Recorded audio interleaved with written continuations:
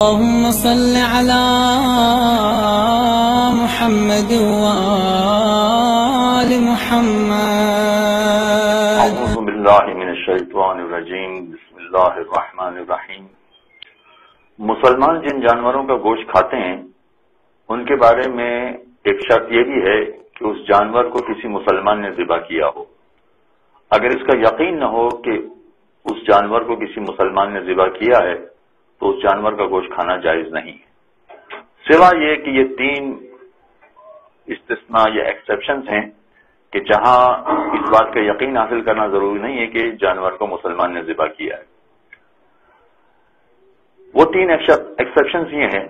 کہ اگر جانور کسی مسلمان ملک میں ذبح ہوا ہو اور مسلمان ملک میں اس جانور کا گوشت بیچا جا رہا ہو یا کھلایا جا رہا ہو تو ایسی صورت میں ہمیں تحقیق کرنے کی ضرورت نہیں ہے کہ اس کو مسلمان نے ذبح کیا تھا یا نہیں. نمبر دو یہ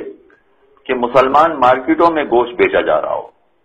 چاہے ملک مسلمانوں کا نہ ہو مگر مارکیٹ مسلمانوں کی ہو اور ان مارکیٹوں میں مسلمان گوشت بیچ رہے ہوں تو پھر ہمیں تحقیق کرنے کی ضرورت نہیں ہے کہ مسلمان نے ذبح کیا تھا یا نہیں کیا تھا. اور نمبر تین یہ کہ اگر گوشت کو مسلمان بیچ رہا ہو اس طریقے سے کہ جیسے کھانے کے لیے گوشت بیچا جاتا ہے، اگر مسلمان اسے بیچ رہا ہے اور اس انداز سے بیچ رہا ہے کہ جیسے کھانے کے لیے گوشت استعمال کیا جائے گا تو ایسی صورت میں پھر تحقیق کرنے کی ضرورت نہیں ہے کہ اس کو مسلمان نے ذبح کیا ہے یا نہیں کیا ہے. ان تین طریقوں کے علاوہ اگر کہیں پر ہمیں گوشت ملتا ہے تو ہم اس کو کھا نہیں سکتے جب تک کہ ان تین میں سے کوئی ایک بات پوری نہ ہو جائے یا ہمیں یقین نہ ہو جائے کہ یہ مسلمان کا ذبح کیا ہوا ہے. لہذا جن جن ممالک میں ہمارا جانا ہوتا ہے، مثلا فرض کیجئے کہ ایئر لائنز میں ہمارا سفر کرنا ہوتا ہے تو اگر وہ ایئر لائن مسلمانوں کی نہیں ہے تو ہم وہ گوشت نہیں کھا سکتے ہیں جب تک کہ ہمیں یقین نہ ہو جائے کہ یا تو اس کو شرعی طریقے سے ذبح کیا گیا ہے یا یہ تین علامتیں جو میں نے ابھی آپ کو بتائی ہیں ان میں سے کوئی پوری نہ ہو رہی. اور یہی معاملہ ان تمام ممالک کے حوالے سے ہو جائے گا کہ جہاں لوگ سفر کرتے ہیں، چائنا ہے، ہانگ کانگ ہے، جاپان ہے یا دوسرے نان مسلم کنٹریز ہیں، جہاں سفر کرتے ہیں وہاں اگر ان کو گوشت کھانے کے لیے دیا جاتا ہے تو وہ نہیں کھا سکتے جب تک کہ یقین نہ ہو یا یہ تین علامتیں نہ پائی جائیں. اگر یہ تین علامتیں پائی جائیں تو کوئی حرج نہیں، پھر تحقیق کرنے کی ضرورت نہیں ہے، پھر وہ گوشت ہم کھا سکتے ہیں، چاہے وہ گوشت مارکیٹ میں بکنے والا ہو یا مثلا وہ کسی فرانچائز میں KFC میں مثلا بکنے والا چکن ہو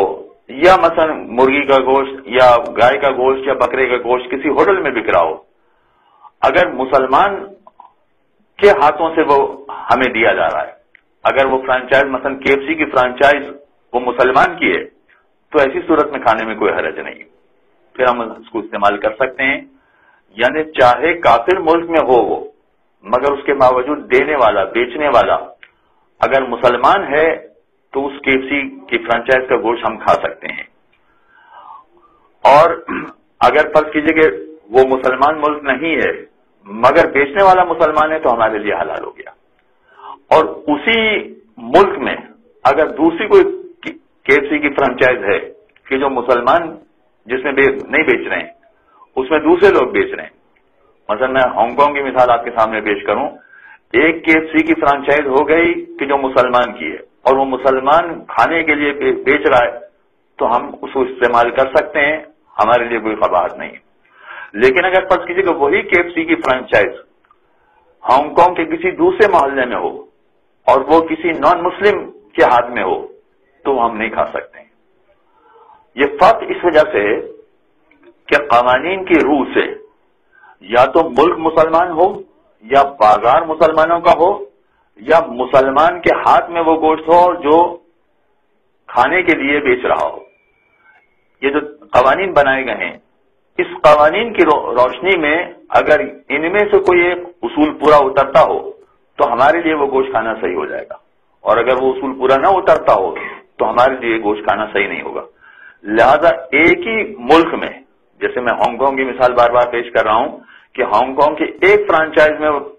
KFC کھانا صحیح ہو جائے گا، اور KFC کی مثال بھی میں یعنی کسی خاص وجہ سے پیش نہیں کر رہا اس لیے کہ اس کا نام زیادہ شہرت رکھتا ہے، اس وجہ سے اس کی بات کر رہا ہوں. اگر مسلمان وہ گوشت بیچ رہا ہے تو کھانے میں کوئی قباحت نہیں ہے، لیکن اسی ملک میں اگر کوئی نان مسلم اسی چیز کو بیچ رہا ہے تو وہ نہیں کھا سکتے، اس لیے کہ وہ اصول کے برخلاف ہو جائے گا. تو یہاں اصول کو پیش نظر رکھا گیا ہے. شرعی مسائل میں ہمیں اپنی منطق، اپنی لاجک، اپنے ذہنی اختراع ان کا خیال نہیں رکھنا ہوتا ہے، بلکہ قرآن و حدیث میں جو اصول بتائے گئے ہیں ان اصولوں کی مدد سے ہم طے کرتے ہیں کہ یہ کام ہمارے لیے صحیح ہے یا صحیح نہیں ہے. وصلی اللہ علی محمد وآلہ. اللهم صل على